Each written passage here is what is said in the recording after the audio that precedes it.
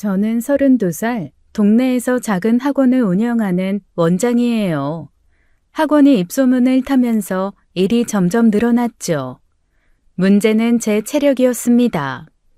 학원이 4층에 있어서 급할 때는 계단으로 올라가거든요. 그런데 고작 계단 4층만 올라가도 저승사자가 손짓하는 것 같았어요. 커피 없이는 눈도 못 뜨고 점심 먹고 나면 책상에서 기절하듯 졸았죠. 아이고, 이러다 학원 성공하기 전에 내가 먼저 관두러 가겠네. 그래서 집 근처 헬스장에 3개월 등록을 했습니다. 직원이 운동복이랑 락카키를 건네주더라고요. 등록비가 아까워서 그날 바로 운동을 시작하기로 했죠. 헬스장 첫날 저는 러닝머신에 올라갔어요. 가볍게 걷기부터 시작하려는 겸손한 마음이었습니다.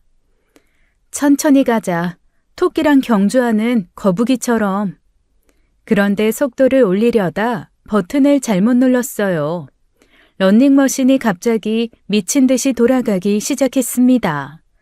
다리가 따라가지 못했죠. 손잡이를 붙잡으려 했는데 이미 늦었어요.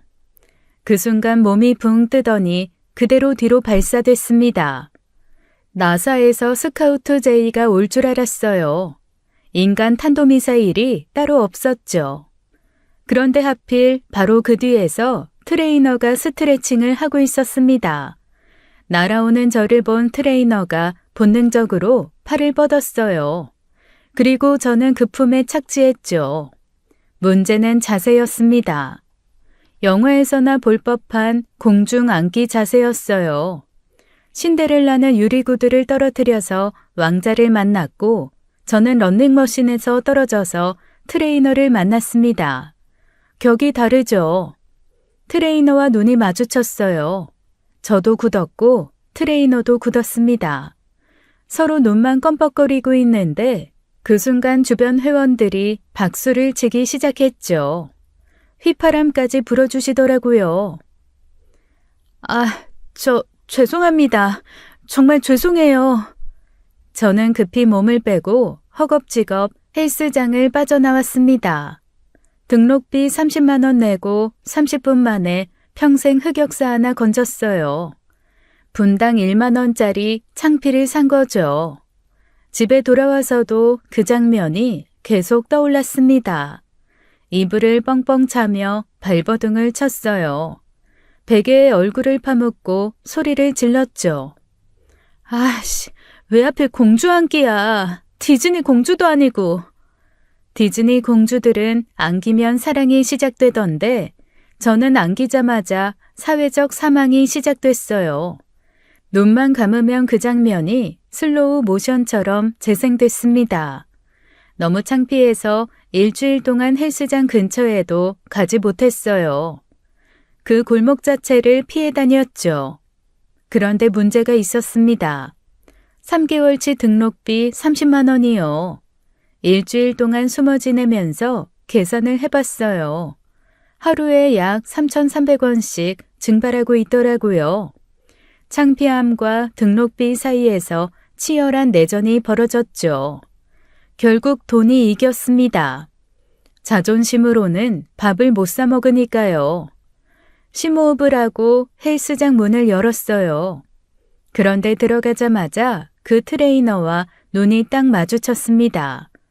하필 입구 바로 앞에 서 있었죠. 피하려고 고개를 돌렸는데 트레이너가 먼저 다가왔어요. 오셨네요. 오늘은 제가 기구 사용법 알려드릴게요. 저는 속으로 비명을 질렀습니다. 아니, 그냥 모른 척을 해, 이 자식아. 하지만 트레이너는 이미 제 옆에 서서 기구를 가리키고 있었습니다. 그날 이후로 트레이너는 무료 PT를 해주듯이 제 운동을 도와줬어요. 자세 교정부터 호흡법까지 하나하나 알려줬습니다. 어느 날 제가 물었죠. 저기, 원래 회원들에게 이렇게까지 해주시는 거예요? 네. 그건 아닌데, 회원님이 또 저번처럼 날아가시면 안 되니까요. 저는 그 말에 빵 터졌습니다. 웃음이 나오니까 그동안 쌓였던 어색함이 한순간에 녹아버렸어요. 트레이너도 웃으면서 농담을 이어갔죠. 다음에 날아가시면 제가 못 받을 수도 있어요. 허리가 아직 회복 중이거든요. 아, 죄송해요. 제가 그때 많이 무거웠죠. 아니요, 가벼우셨어요. 근데 속도가 문제였습니다. 총알처럼 오셨거든요. 그렇게 3개월간 운동하면서 트레이너와 자연스럽게 친해졌어요. 웃고 떠들다 보니 운동이 기다려지더라고요. 헬스장 등록 마지막 날 트레이너가 제게 말했습니다.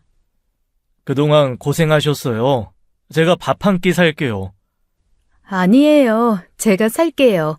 3개월 동안 무료 PT 받았는데 밥은 제가 사야죠.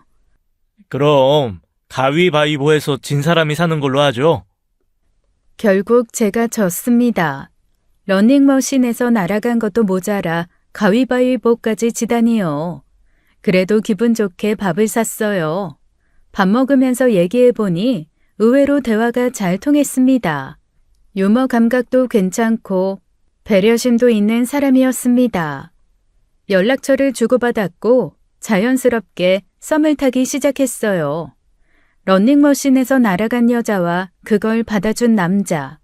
시작은 처참했지만 어느새 연인 사이로 발전했어요. 2년 가까이 연애하면서 이 사람이면 결혼해도 괜찮겠다 싶었습니다. 남자친구도 적극적으로 결혼 이야기를 꺼냈죠. 양가에 인사드린 뒤 본격적으로 결혼 준비에 들어가기로 했어요. 그런데 문제는 여기서부터 시작이었습니다. 결혼을 결심하고 양가 인사를 드리기로 했어요. 먼저 친정에 남자친구를 데려갔어요. 부모님이 너무 좋아하셨죠. 친정엄마는 잔치상처럼 음식을 차려 환대해 주셨습니다. 아빠도 남자친구 손을 덥석 잡으시며 웃으셨어요. 분위기가 좋으니 저도 마음이 놓였죠.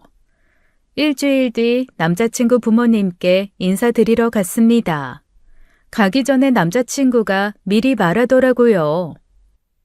우리 집이 좀 좁아. 낡았고.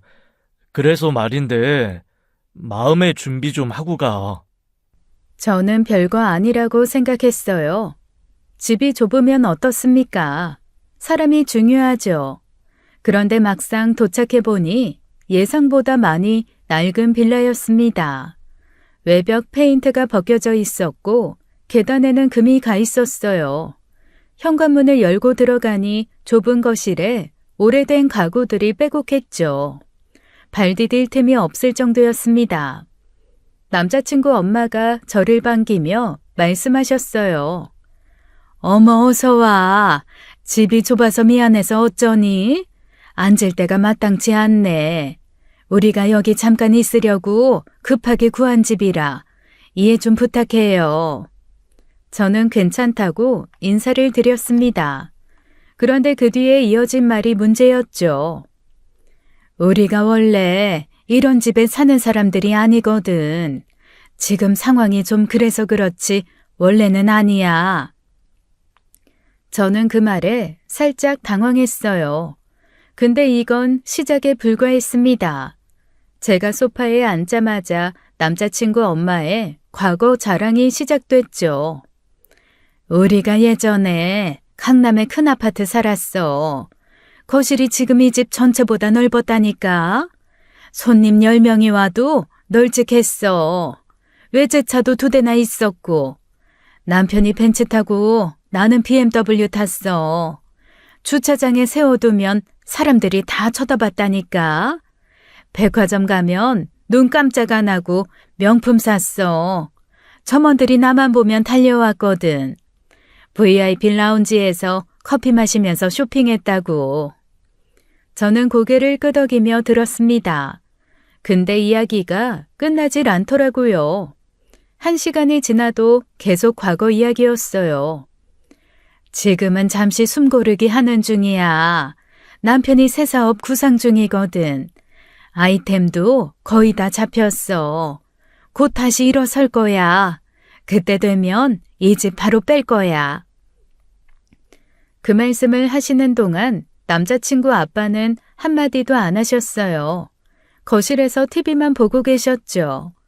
새 사업 구상 중이신 분의 자세는 아니었습니다. 리모컨 구상 중이신 것 같았어요. 남자친구 엄마는 틈만 나면 원래 우리 집은을 반복하셨습니다. 마법 주문인 줄 알았어요. 원래 우리 집은을 10번 외치면 강남 아파트가 소환되는 건가 싶었죠. 저는 웃으며 듣고는 있었지만 속으로는 불편한 기분이 슬슬 올라왔습니다. 첫인사짜리가 과거 자랑으로만 채워지다니요. 그렇게 2시간이 지나고 인사자리가 끝났어요. 집으로 돌아오는 길에 머릿속이 복잡했습니다. 인사를 마치고 남자친구가 저를 집까지 데려다 줬어요. 차 안에서 남자친구가 먼저 입을 열었죠. 오늘 엄마가 좀 오버했다. 미안해. 원래 저러시는 분이 아닌데 오늘 유독 심하셨어. 저는 괜찮다고 대답했죠. 사실 괜찮지는 않았지만 첫인사 자리에서 티내고 싶진 않았어요. 남자친구가 한숨을 쉬더니 집안 이야기를 꺼내기 시작했습니다. 원래 우리 아버지가 건설 관련 사업을 하셨거든. 한때는 진짜 잘 나갔어. 강남에 큰 아파트도 있었고 외제차도 여러 대 있었어. 진짜 그때는 부러울 게 없었다니까. 어머니한테 들었어. 근데 20년 전에 사업이 크게 망했어. 하루아침에 전부 다 잃었어. 집도 차도 전부. 아버지 보증 섰던 사람이 먹튀를 해버려서 그렇게 된 거야. 그래서 지금 저 빌라로 이사 온 거야. 저는 고개를 끄덕이며 들었습니다. 20년 전이면 제가 초등학생 때였어요. 그때 잃어버린 영광을 아직도 붙잡고 계신 거였죠. 아버지는 그 충격으로 완전히 무너지셨어. 의욕을 잃으셨고 지금은 그냥 하루 종일 집에서 TV만 보셔. 뭘 해보려고 해도 안 되시더라고. 몇 번 다시 일어서려고 하셨는데 번번이 실패하시고 엄마는 과거를 못 잊으셔서 아직도 그 얘기만 하시고 나도 어릴 때 기억이 있으니까 지금 상황이 너무 초라하게 느껴져. 그때는 진짜 뭐든지 할 수 있을 것 같았거든. 저는 속으로 생각했어요. 20년이면 강산이 2번 바뀌는 시간입니다. 조선시대였으면 임금이 바뀌었을 시간이에요. 그 오랜 세월 동안 과거만 붙잡고 계셨다니 집착도 이 정도면 장인 정신이었죠. 힘들었겠다. 근데 과거가 어땠든 지금 열심히 살면 되는 거 아니야? 지금부터 다시 시작하면 되지. 고마워. 근데 있잖아. 진짜 옛날에는 우리도 진짜 대단했거든. 동네에서 우리 집 모르는 사람이 없었어. 명절 때 인사 오는 사람들이 줄이 끝이 없었다니까. 저는 그 말에 속으로 한숨이 나왔습니다. 위로를 했더니 또 옛날 이야기가 나오더라고요. 과거 자랑이 가업인가 싶었어요. 대를 이어 물려받으신 것 같았죠. 그때는 진짜 뭐든 다 할 수 있었어. 아버지가 동네 큰 손이셨거든. 은행에서도 먼저 찾아왔다니까. 지금 생각하면 꿈 같아. 응, 알겠어. 근데 지금 중요한 건 앞으로잖아. 우리 둘이 열심히 하면 되지. 그래, 맞아. 고마워, 수진아. 너 만나서 진짜 다행이야. 남자친구가 고맙다고 했지만 대화 내내 과거 이야기가 빠지질 않았어요. 문장마다 옛날에는이 붙었습니다. 마침표 대신 과거형 어미를 쓰시는 것 같았죠. 저는 그 말들이 신경 쓰였지만 힘든 상황이니 이해하려고 노력했어요. 사랑하는 사람이니까요. 그런데 마음 한구석이 묘하게 무거웠습니다. 양가 부모님 인사가 끝나고 정식으로 상견례 자리를 잡았어요. 장소는 시내에 있는 괜찮은 한식당으로 정했어요. 양가 부모님이 처음으로 한자리에 모이는 날이었죠. 저는 긴장이 됐지만 잘 되길 바라는 마음으로 자리에 앉았습니다. 처음에는 분위기가 화기애애했어요. 서로 인사를 나누고 덕담을 주고받았죠. 아이고, 처음 뵙겠습니다. 우리 딸이 많이 부족한데 잘 부탁드려요. 아이고, 아니에요. 저희 아들이 더 부족하죠. 아이들이 서로 좋다니 저희야 감사하죠. 잘 부탁드립니다. 두 사람이 잘 맞는 것 같아서 보기 좋습니다. 앞으로 잘 지내봅시다. 그러게요. 좋은 인연이에요. 잘 부탁드립니다. 음식이 나오고 식사가 시작됐습니다. 분위기가 나쁘지 않았어요. 그런데 문제는 식사 중간에 터졌죠. 결혼 준비 이야기가 나오면서 자연스럽게 비용 문제가 화제에 올랐습니다. 요즘 집값이 워낙 비싸잖아요. 전세도 만만치 않고 아이들이 시작부터 대출에 허덕이면 안 되니까 저희가 신혼집 전세자금 절반은 보태줄 생각이에요. 애들이 고생하는 꼴을 못 보겠어서요. 친정엄마의 말씀이 끝나자마자 남자친구 엄마의 표정이 굳었습니다. 미묘하게 입꼬리가 내려가는 게 보였어요. 헛기침을 한번 하시더니 입을 여셨죠. 저희는 지금 당장은 지원이 좀 어려워요. 남편이 새 사업 준비 중이라 자금이 다 묶여 있거든요. 사업 아이템이 거의 확정됐는데 거기에 집중해야 해서요. 투자자도 몇 명 만나고 있고요. 저는 속으로 생각했어요. 20년째 준비 중이신 그 사업 말씀이시구나. 세상에서 제일 긴 준비 기간이었죠. 만리장성도 이보다는 빨리 지었을 겁니다. 근데 사업 준비가 끝나면 저희도 자식들한테 서울에 집 하나씩 사줄 거예요. 전세가 아니라 매매로요. 그때 되면 저희도 여유가 생길 거거든요. 원래 저희가 그 정도는 해줄 수 있는 집안이에요. 사실 전세해주는 건 뭐 은행에 돈 넣어두는 격이니 별거 아니잖아요. 아, 네, 그러시군요. 지금은 잠시 숨 고르기 하는 중이지 원래 저희 집안이 이렇게 어려운 집은 아니거든요. 곧 다시 일어설 거예요. 그런데 그 말투가 묘했습니다. 마치 저희 엄마의 전세자금 절반 지원이 껌값이라는 뉘앙스였어요. 아직 시작도 안 한 사업으로 서울집을 사주겠다니 로또 당첨 계획을 발표하시는 것 같았죠. 1등 되면 빌딩 사줄게. 그런 약속이랑 뭐가 다른지 모르겠었습니다. 친정 부모님 표정이 살짝 굳는 게 느껴졌어요. 하지만 분위기를 깨지 않으려고 아무 말씀 없이 넘어가셨죠. 저도 그 말투에 묘한 불쾌함을 느꼈지만 자리가 자리인 만큼 애써 웃으며 넘겼습니다. 상견례에서 싸울 수는 없으니까요. 그렇게 상견례는 겉으로는 무난하게 끝났어요. 하지만 제 마음속에는 찜찜한 기분이 남았습니다. 없는 돈으로 허세 부리는 게 이렇게 불편할 줄 몰랐죠. 상견례가 끝나고 그날 밤 남자친구에게서 전화가 왔습니다. 오늘 어땠어? 괜찮았어? 분위기가 좀 어색했던 것 같아서. 저는 잠시 고민했어요. 솔직하게 말할까, 그냥 넘어갈까. 결국 솔직하게 말하기로 했습니다. 속에 담아두면 체할 것 같았거든요. 솔직히 말할게. 오늘 좀 불쾌했어. 뭐가? 무슨 일 있었어? 내가 뭐 잘못했어? 우리 엄마가 전세자금 절반 지원해 주신다고 했잖아. 그거 쉬운 결정 아니었거든?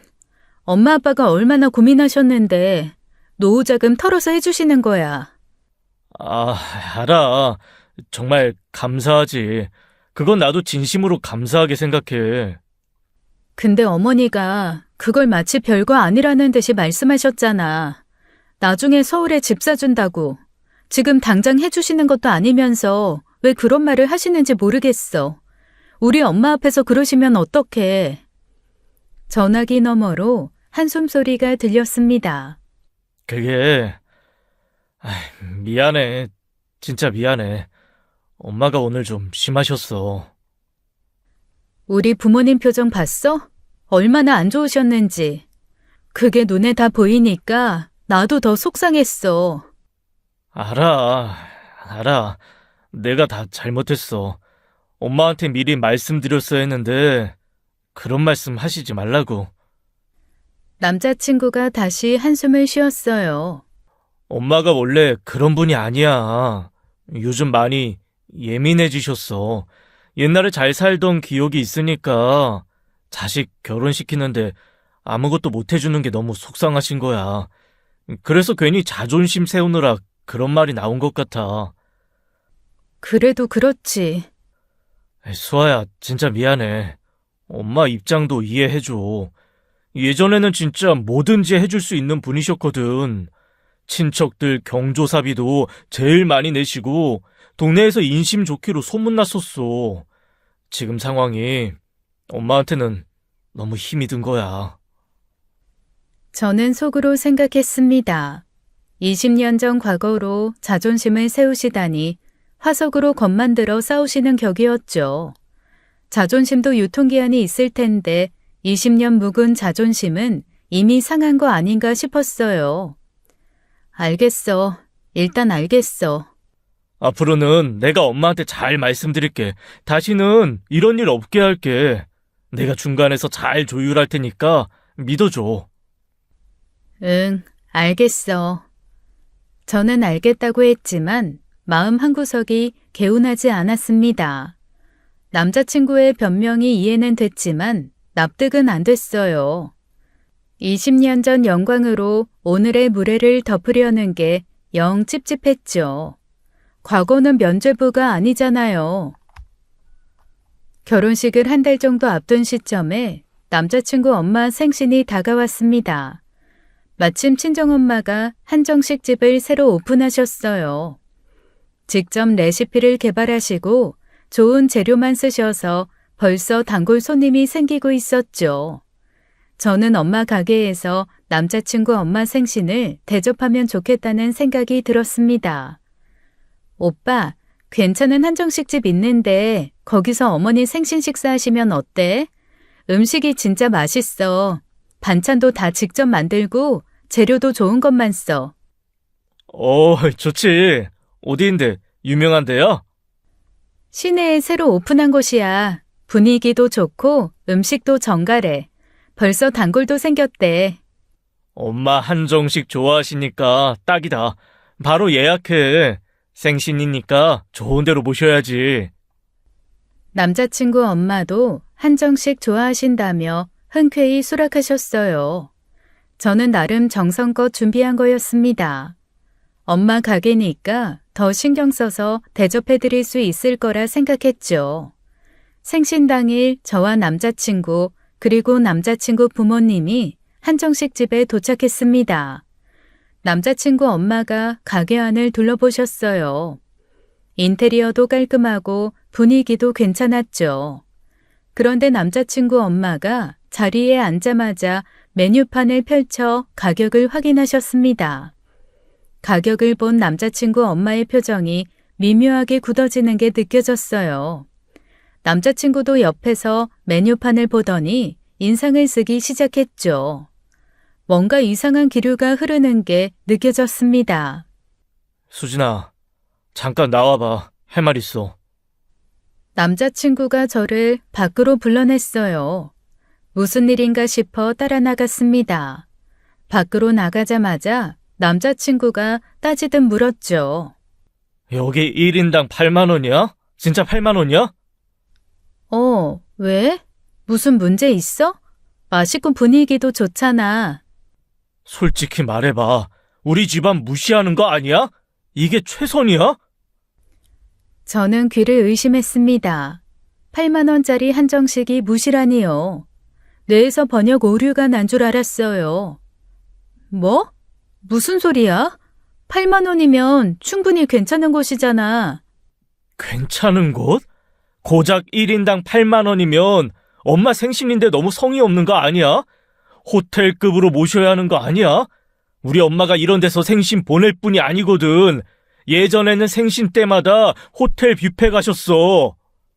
호텔급? 여기도 충분히 좋은 데야. 음식도 맛있고. 아니, 넌 우리 엄마 생신을 이 정도로 생각하는 거야? 솔직히 실망이다. 며느리 될 사람이 이 정도 성의밖에 없어? 저는 할 말을 잃었습니다.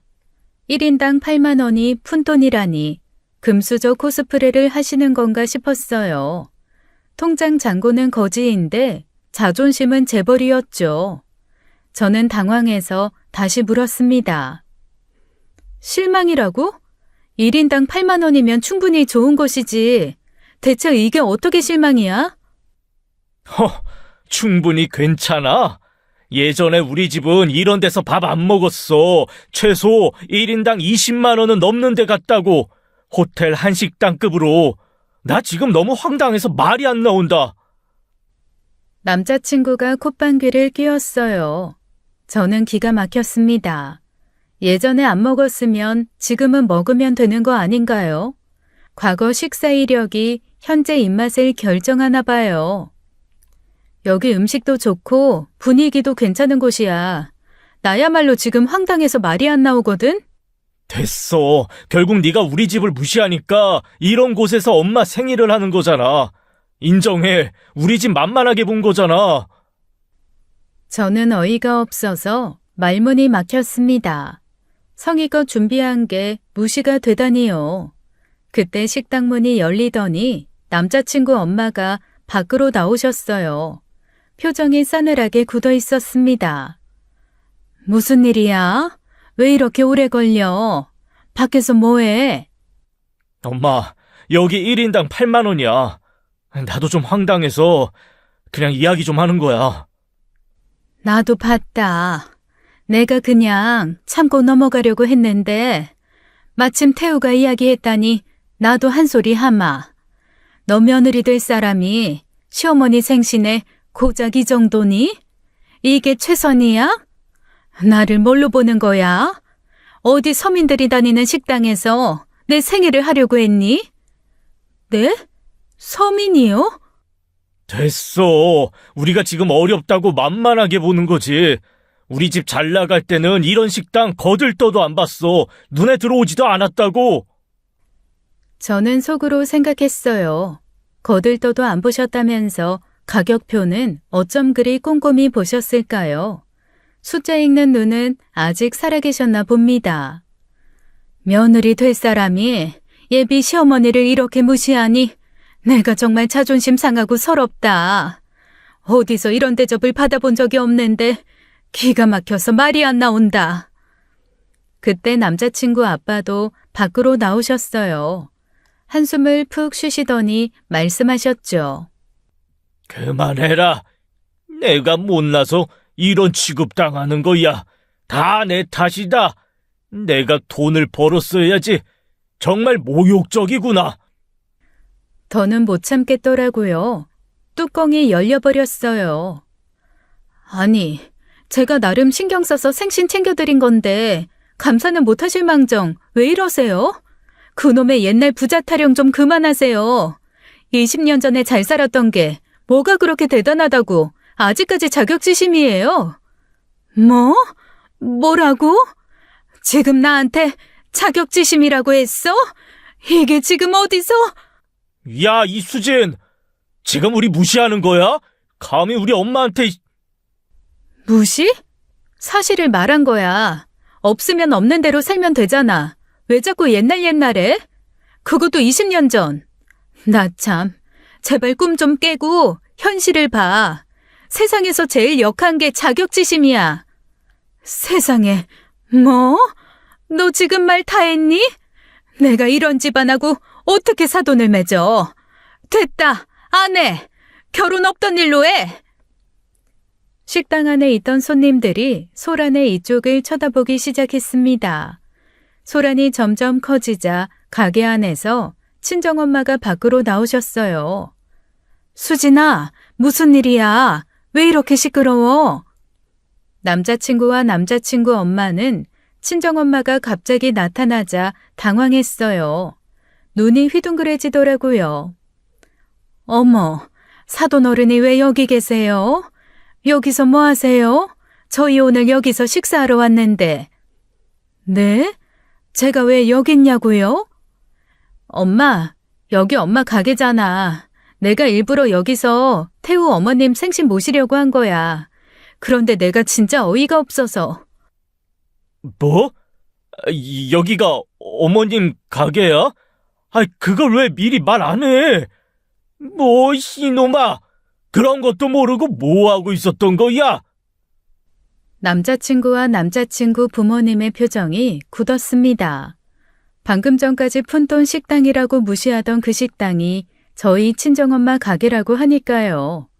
세상에 이런 반전이 없었어요. 드라마 작가도 이런 전개는 안 쓸 겁니다. 너무 자기적이라고요. 하지만 남자친구 엄마는 금세 표정을 추스르셨어요. 자존심이 목숨보다 소중하신 분이었죠. 아, 그래요? 여기가 사돈어른 가게였어요? 그건 몰랐네. 그런데 이 정도 크기 가게면 월세가 장난 아닐 텐데 괜찮으세요? 요즘 경기 안 좋잖아요. 식당들이 얼마나 어려운데요. 네? 이러다 장사 안 되면 어쩌려고 이런 무리한 사업을 하신 거예요? 망하면 우리 아들만 힘들어지는 거잖아요. 솔직히 걱정이 되네요. 사돈어른 생각해서 드리는 말씀이에요. 저는 그를 의심했습니다. 방금 전까지 8만 원짜리 식당이라고 무시하시더니 이제는 망할 걱정을 해주신다고요? 걱정인 척 비아냥거리시는 거였죠. 자격지심이 걱정이라는 가면을 쓰고 나타난 거였습니다. 친정엄마가 어이없다는 표정으로 저를 보셨어요. 수진아, 무슨 상황이야? 설명 좀 해줘. 사돈이 왜 이렇게 화를 내시니? 저는 지금까지 있었던 일을 간략하게 설명해 드렸습니다. 8만 원짜리 식당이 무시라는 것, 호텔급으로 모셔야 한다는 것, 옛날에는 이런 데서 밥 안 먹었다는 것까지요. 친정엄마의 표정이 싸늘하게 변했습니다. 남자친구 엄마를 똑바로 쳐다보셨죠. 이보세요. 월세 걱정은 안 하셔도 됩니다. 이 건물 제 소유예요. 월세 안 내거든요. 제가 건물주입니다. 그 말이 떨어지는 순간 남자친구와 남자친구 엄마의 얼굴이 새하얗게 질렸습니다. 피부 미백 광고를 찍을 수 있을 정도였죠.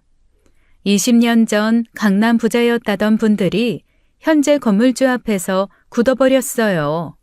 과거 시제가 현재 시제를 이길 수 없다는 걸 몸소 보여주셨습니다. 건물주라는 말이 떨어지자마자 남자친구 엄마의 태도가 180도 바뀌었습니다. 방금 전까지 큰 소리 치던 사람이 맞나 싶을 정도였어요. 변신 속도가 어찌나 빠르던지 변신 로봇도 울고 갈 수준이었죠. 아이고 사돈어른, 제가 잠시 흥분해서 실수했어요. 진짜 죄송해요. 제가 요즘 너무 예민해져서 그랬어요. 한 번만 봐주세요. 네? 제가 원래 이런 사람이 아니에요. 아이고, 근데 가게 진짜 잘 꾸미셨네요. 인테리어가 너무 고급스러워요. 음식도 보니까 너무 훌륭해 보이고 역시 사돈어른 안목이 남다르시네요. 이런 건물을 가지고 계셨구나. 대단하세요 정말. 저는 그 모습을 보며 역겨움이 치밀어 올랐습니다. 5분 전까지 거들떠도 안 본다던 식당이 갑자기 고급스러워졌대요. 눈에 건물주 필터가 씌워지니까 세상이 달라 보이시나 봐요. 저희가 정말 실수했네요. 제 아내가 철이 없었어요. 옛날에 부잣집 산모님으로 살았으니 다 제 불찰입니다. 저희가 앞으로 잘할게요. 며느리 진짜 예쁘게 볼게요. 수진이 같은 며느리가 어디 있어요? 저희가 복 받은 거죠. 남자친구 아빠가 손까지 비비며 사과를 하셨습니다. 그러자 남자친구 엄마도 고개를 숙여 사과를 하더군요. 자존심이 목숨보다 소중하시던 분이 건물주 앞에서는 자존심을 접으시더라고요. 접는 것도 요즘은 기술인데 세계 신기록이었죠. 저는 더 이상 참을 수가 없었습니다. 됐어요. 돈 때문에 태도 바꾸는 꼴이 더 역겨워요. 아까까지 무시하시더니 건물주라니까 갑자기 이러시는 거잖아요. 저 이 결혼 못해요. 파혼이에요. 수진아, 그런 말 하는 거 아니야. 내가 잘못했다고 했잖니. 뭐 이걸로 파혼을 운운해. 식구가 될 사이인데. 그래, 결혼 준비하다 보면 한두 번씩 갈등이 생기기 마련이다. 고작 이런 걸로 파혼하자는 건 경솔한 행동이야. 아까는 파혼하자며요. 직접 그렇게 말하셨잖아요. 제가 먼저 말했어요? 왜 갑자기 태도를 바꾸세요? 수진아, 잠깐 진정해. 내가 잘못했어. 내가 옛날에 잘 살던 기억 때문에 순간 화를 참지 못했어. 제발 다시 생각해줘. 내가 무릎이라도 꿇을게. 남자친구가 화들짝 놀라며 제게 매달렸어요. 무릎까지 꿇으면서요. 저는 냉정하게 쳐다봤습니다. 옛날 이야기 이제 진짜 지긋지긋하다. 20년 전 이야기를 매일 우려먹으시는데 그 국물도 이제 다 떨어졌어요. 자격지심 한 그릇씩 파시는 것도 이젠 역겨워. 수진아, 제발 한 번만 기회를 줘. 내가 바뀔게. 진짜 바뀔게. 됐어. 그리고 아까 푼돈 식당이라고 하셨으니까 그 푼돈이라도 계산하고 가세요. 공짜로 드실 생각은 마시고요. 친정엄마가 손을 내저으셨어요. 됐다. 저 사람들 돈 받기도 싫어. 김구나, 저분들 내보내드려라. 아이고 사돈, 이러지 마십시오. 저희가 잘못했습니다. 저 밥 먹겠습니다. 맛있게 먹겠습니다. 사돈, 죄송합니다. 저 8만 원짜리 밥 좋아합니다.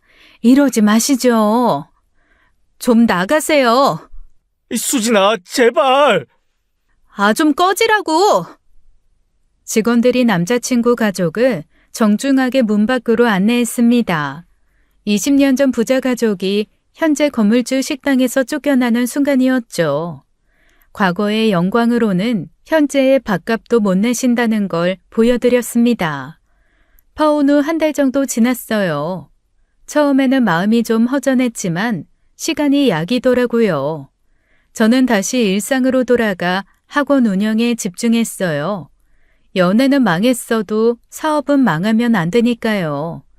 어느 날 새 학부모가 초등학생 아이를 데리고 학원에 상담을 왔습니다. 학부모는 굉장히 공손하게 굴었어요. 원장님, 저희 아이 좀 잘 부탁드려요. 공부를 좀 못해서 걱정이에요. 원장님이 잘 가르치신다고 소문 들었거든요. 주변에서 추천을 많이 받았어요. 네, 걱정 마세요.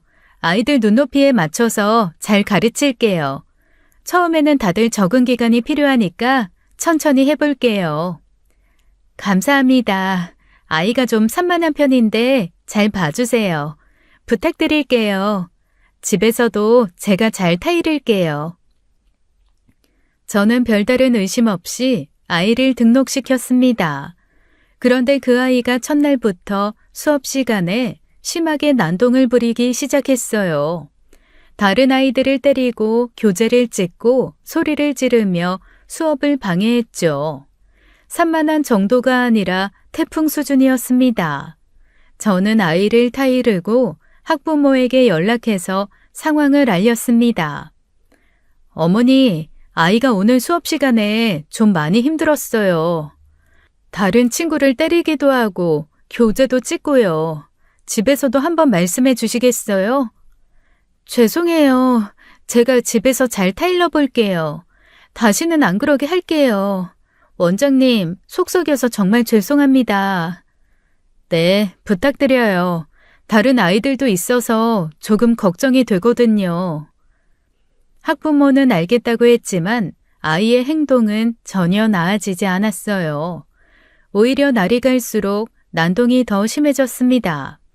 거의 아동 깡패 수준이었죠. 다른 학부모들 항의가 들어오기 시작했어요.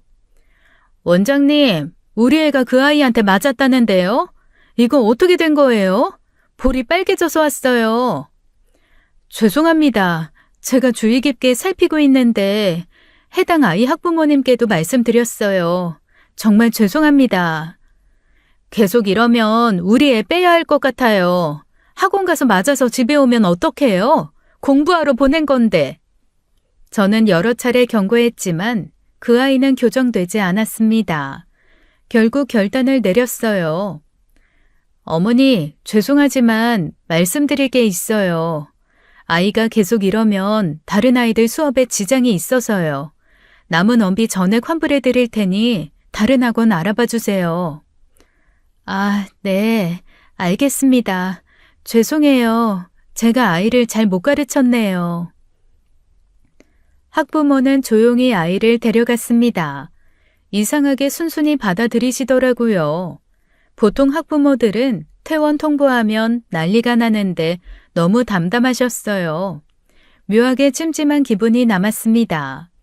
폭풍 전의 고요 같은 느낌이었죠. 아이를 퇴원시킨 지 며칠 뒤였습니다. 평소처럼 학원 관련 검색을 하다가 이상한 글을 발견했어요. 지역 맘카페와 학원 포털 사이트에 제 학원을 비방하는 글이 대량으로 올라와 있었죠. 이 학원 원장이 아이를 학대합니다. 절대 보내지 마세요. 돈만 밝히는 학원입니다. 환불도 안 해줘요. 우리 아이가 원장한테 맞고 왔어요. 조심하세요. 저는 너무 황당해서 멍하니 화면을 바라봤습니다. 소설을 쓰셨나 싶었어요. 창작의 자유는 존중하지만 장르가 픽션이면 안 되잖아요. 팩트와 픽션을 섞으면 곤란합니다. 글 작성 시점을 확인해 보니 퇴원 조치 직후부터 올라오기 시작한 것이었죠. 타이밍이 너무 절묘했어요. 저는 바로 학원 보조 선생님을 불렀습니다. 선생님, 이것 좀 보세요. 우리 학원 악성 리뷰가 갑자기 엄청 올라왔어요. 네? 뭐라고요? 어디 보여주세요. 이게 뭐예요? 원장님이 아이를 학대한다고요? 미쳤나? 저도 지금 너무 황당해서요. 이거 다 거짓말인 거 아시잖아요. 당연하죠. 원장님이 얼마나 애들한테 잘하시는데. 이거 누가 쓴 거예요? 완전 소설이네. 글 작성 시점 보니까 며칠 전 퇴원시킨 그 아이 엄마 같아요. 퇴원시키자마자 바로 올라왔거든요. 아, 그 태풍 아이요? 매일 난동 피우던? 와, 진짜 복수인 거예요? 저는 학원비 입금 내역을 열어 그 학부모 이름을 찬찬히 살펴봤어요. 그 순간 예전 남자친구가 했던 말이 떠올랐습니다. 미정이 누나는 이번에 일을 빠질 수가 없어서 상견례 참석 못한다고 하더라. 아, 그래? 아쉽다. 나중에 따로 인사드려야겠네. 누나가 미안하다고 하더라. 다음에 꼭 보자고. 누나 성격이 좀 불같긴 한데 착해. 저는 남자친구 누나의 얼굴을 본 적이 없었어요. 상견례에 참석하지 않으셨으니까요. 입금자 이름을 다시 확인했습니다. 김미정. 남자친구가 말했던 누나 이름과 정확히 일치했어요. 소름이 돋았습니다. 퍼즐 조각이 맞춰지는 느낌이었죠. 그 학부모가 전 남자친구 누나라는 의심이 점점 확신으로 바뀌었어요. 저는 바로 증거 수집에 들어갔습니다. 학원 CCTV 영상을 확보하고 악성글을 전부 캡처했어요. 법적 대응을 준비하기 시작했죠. 복수극에는 복수극으로 답하는 게 예의니까요. 며칠 뒤 저는 머리도 식힐 겸 친정엄마 한정식 집에 점심을 먹으러 갔습니다. 엄마 얼굴도 볼 겸 맛있는 거 먹으며 스트레스 풀려고요. 스트레스에는 밥이 약이니까요. 엄마, 나왔어. 오늘 뭐 맛있는 거 있어? 어머, 우리 딸, 마침 잘 왔네. 오늘 갈비찜 끝내주게 했어. 앉아, 내가 차려줄게. 고마워, 엄마. 요즘 일이 복잡해서 맛있는 거 먹으러 왔어. 왜? 무슨 일이 있어? 얼굴이 안 좋아 보이네. 나중에 얘기할게. 일 다 처리하면. 엄마가 차려주신 갈비찜을 먹고 있는데 갑자기 홀에서 고함 소리가 들렸어요. 고개를 돌려보니 젊은 남자 손님이 큰 소리로 난동을 부리고 있었습니다. 야, 이게 뭐야? 음식에서 벌레가 나왔어, 벌레! 남자가 접시를 들고 소리를 질렀어요. 연극과 출신인가 싶을 정도로 발성이 좋으시더라고요. 성냥 하나는 국립극단급이었습니다. 위생 상태가 왜 이따위야? 당장 신고할 거야. 아니다, 뉴스에 제보해서 이 가게 망하게 해줄게. 손님, 죄송합니다. 저희가 확인해 볼게요. 일단 진정하시고. 진정? 지금 벌레를 먹을 뻔했는데 진정하라고? 당신 미쳤어? 남자가 주변 손님들에게도 큰 소리로 떠들어댔습니다. 여러분, 보세요. 이 가게 음식에서 벌레가 나왔어요. 절대 드시면 안 돼요. 위생 불량 가게예요. 손님들이 눈살을 찌푸리며 수근거리기 시작했어요. 분위기가 순식간에 얼어붙었죠. 직원들이 당황해서 어쩔 줄 모르고 우왕좌왕했습니다. 친정엄마가 급히 주방에서 나오셨어요. 손님, 무슨 일이세요? 제가 사장인데요. 저희가 잘못한 거라면 사과드릴게요. 일단 상황을 설명해 주세요. 사장이요?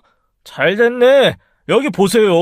이 음식에서 벌레가 나왔어요. 어떻게 할 거예요? 책임질 거예요? 정말 죄송합니다. 저희가 확인을 해보고. 확인은 무슨... 내가 눈으로 똑똑히 봤어요. 사진도 찍었고. 이거 인터넷에 다 퍼뜨릴 거야.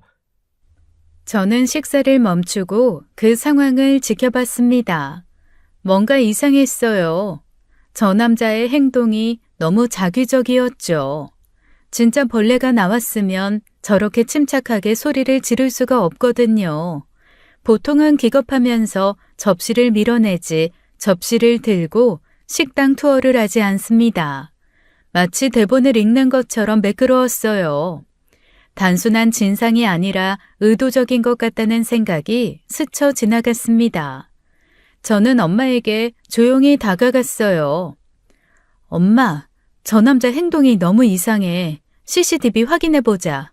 진짜 벌레가 나왔으면 접시를 들고 홀투어를 안 해.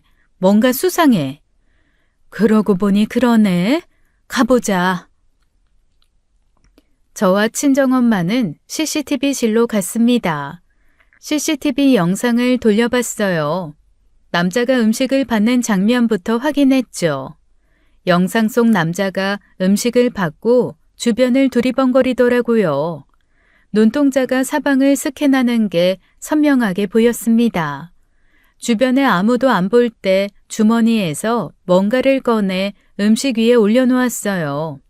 4K 화질로 또렷하게 찍혀 있었죠. 저거 봐. 주머니에서 뭔가 꺼내서 올려놓잖아. 세상에, 저게 뭐야? 일부러 넣은 거야?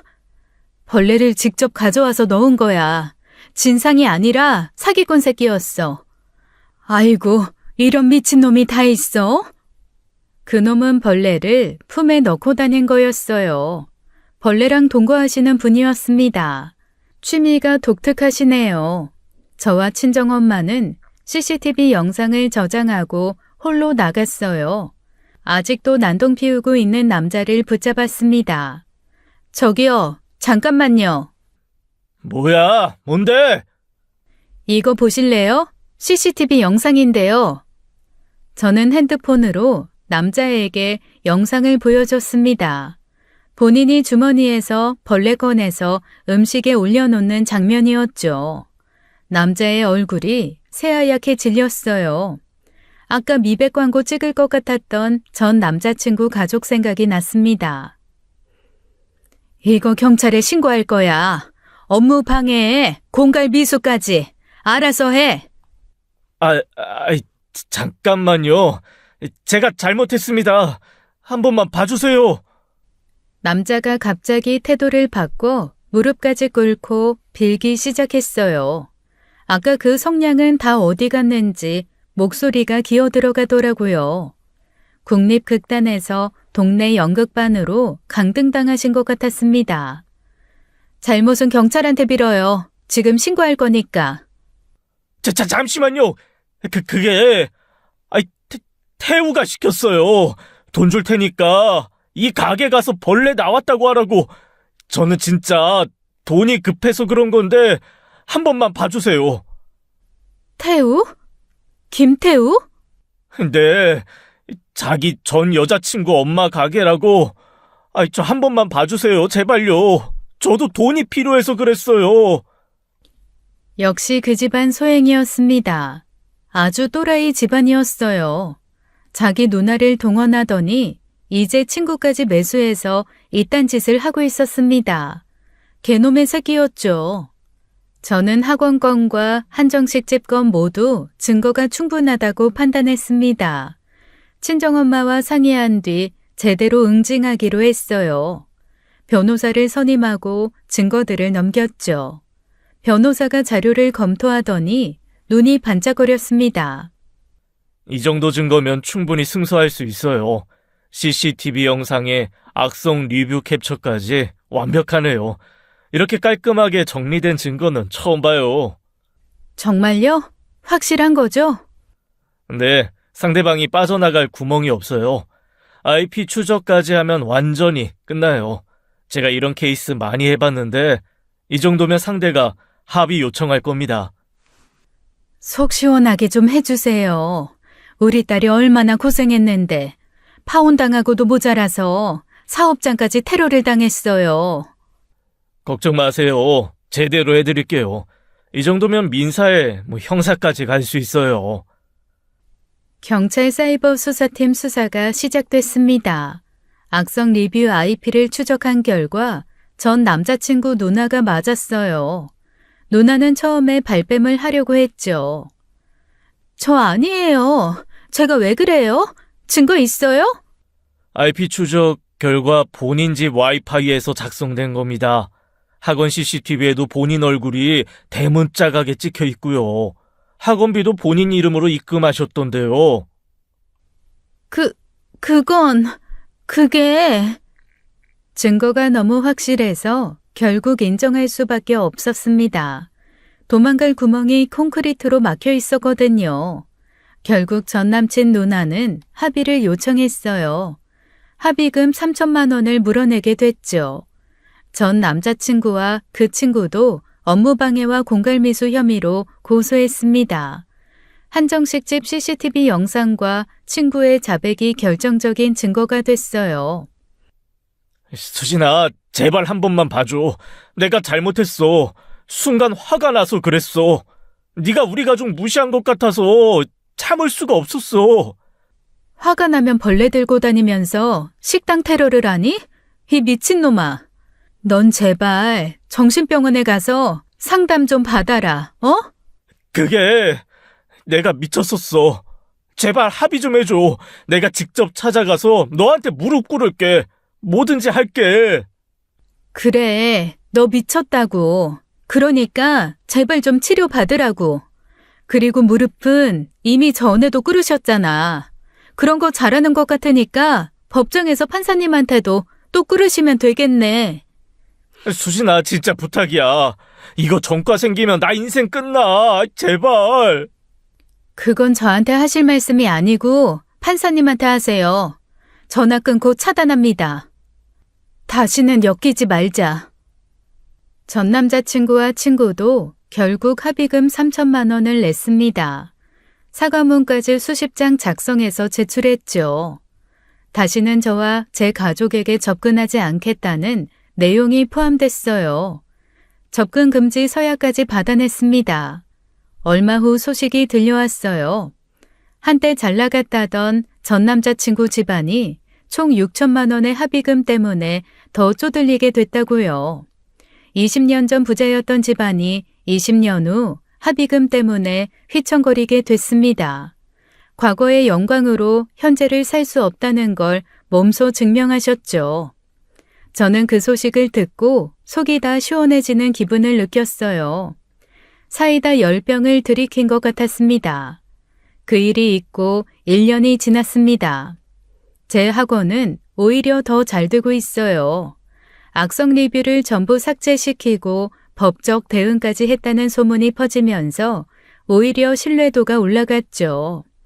아이들을 제대로 지키는 원장이라는 평가를 받게 됐습니다. 전화위복이 따로 없었어요. 친정엄마의 한정식 집도 변함없이 손님들로 북적이며 번창 중입니다. 파오는 아팠죠. 2년이라는 시간이 허무하게 느껴지기도 했어요. 하지만 결혼 전에 그 집안의 본색을 알게 된 게 천만다행이었습니다. 만약 결혼했다면 평생 그 빌어먹을 자격지심에 시달리며 살았을 거예요. 명절마다 20년 전 강남 아파트 이야기를 들었을 거고 매 식사마다 옛날 외제차 자랑을 들었겠죠. 화석이 된 영광을 박물관처럼 전시하는 집안에서 살 뻔했습니다. 생각만 해도 아찔했어요. 이게 사람들이 말하는 조상님이 도와준 경우인 것 같습니다. 제 이야기는 로맨스로 시작해서 법정 드라마로 끝났네요. 하지만 후회는 없어요. 오히려 감사합니다. 결혼 전에 알아서요. 받은 은혜를 원수로 갚는 자는 결국 스스로 무덤을 판다고 했습니다. 저는 그 무덤 위에 꽃을 심었어요. 합의금이라는 이름의 꽃을요. 지금까지 사연 읽어주는 남녀였습니다. 끝까지 시청해주신 여러분 감사드리며 저희는 다음 사연으로 돌아올게요. 감사합니다.